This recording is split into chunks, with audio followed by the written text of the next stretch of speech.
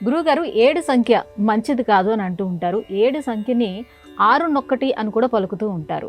7 సంఖ్య అని అంటేనే ఏడుపు అని అంటూ ఉంటారు. ఇది ఎంతవరకు వాస్తవం?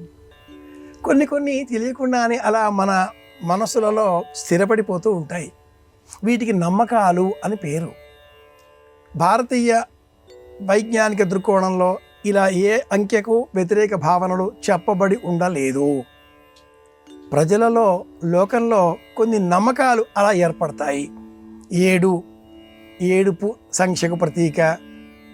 ఈ దేశ విలువలకు సంబంధించి కొందరు విశ్వాసం.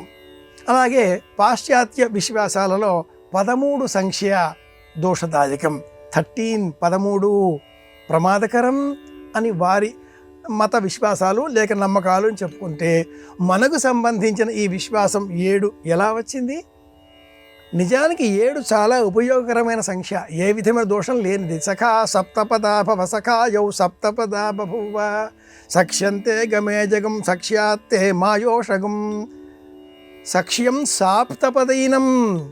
7 అడుగులు కలిసి నడిస్తే వారు వీరవుతారు, స్నేహం పెరుగుతుంది.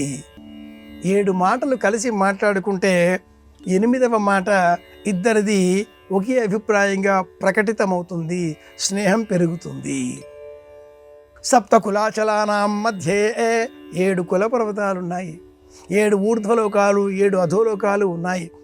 వెరసి 14 లోకాల ఈ బ్రహ్మాండ భాండగోళాల మధ్యన ఈ భూమి మీద ఉండే మనం 7 జన్మలు పూర్తి చేస్తాం అని కూడా ఆధ్యాత్మిక ప్రపంచం ద్వారా తెలుసుకుంటున్నాం. అమ్మాయి అబ్బాయి కలిసి వివాహం చేసుకుంటే వేసేటటువంటి ఆ 7 అడుగుల ఆ బంధం 7 జన్మల బంధం అని కూడా చెబుతాం కదా. కనుక 7 ఎప్పటికీ ఏడుపుగొట్టు సంఖ్య కాదు. మరి ఎలా వచ్చింది? సంగీతం స్వరాలలో 6 స్వరాలు ఉంటాయి. మొదటి స మట్టుకు 2 సార్లుగా ధ్వనిస్తూ, మొదటి స చివరి స సరిగమ పదని స, ఆ రెండింటి మధ్యన సకారం 2 మళ్ళీ పునరుత్పత్తి కావడంతో పునః చెప్పబడడంతో 6 అనేటటువంటి మాట ఏర్పడిన వల్ల ఎవరైనా చిన్నారి బాలబాలికల ఇంట్లో ఏడుస్తూ ఉంటే పెద్దలు వారిని నవ్వించడం కోసం ఇక వీడు మళ్ళీ మొదలెట్టాడు 6 శృతిలో అంటూ ఉంటారు. 6 శృతిలో రాగాలాపన అది పైసా.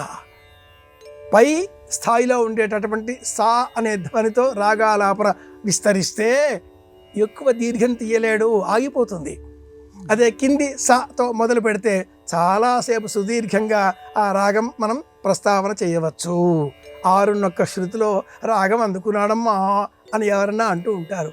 ఏడుపుని ఇలా చెబుతూ ఉంటారు. నవ్వించడం కోసం ఎవరన్నా ఏడుస్తూ ఉంటే కూడా 1 నిమిషం ఆపావు కదా, ఇప్పుడు మొదలుపెట్టు, నేను తాళం వేస్తాను, తాళం ప్రకారంగా నీవు 6 శృతిలో ఆరంభం చేస్తే అందంగా ఉంటుంది. ఇలా కూడా కొందరు పిల్లలు ఏడుస్తూ ఉంటే వారిని ఓదార్చడం కోసం, నవ్వించడం కోసం 6 అన్న పదాన్ని వాడుతూ ఉంటారు. 7 ఎప్పటికీ వ్యతిరేక సంఖ్య కాదు, ప్రయోజనకరం, లాభదాయకం.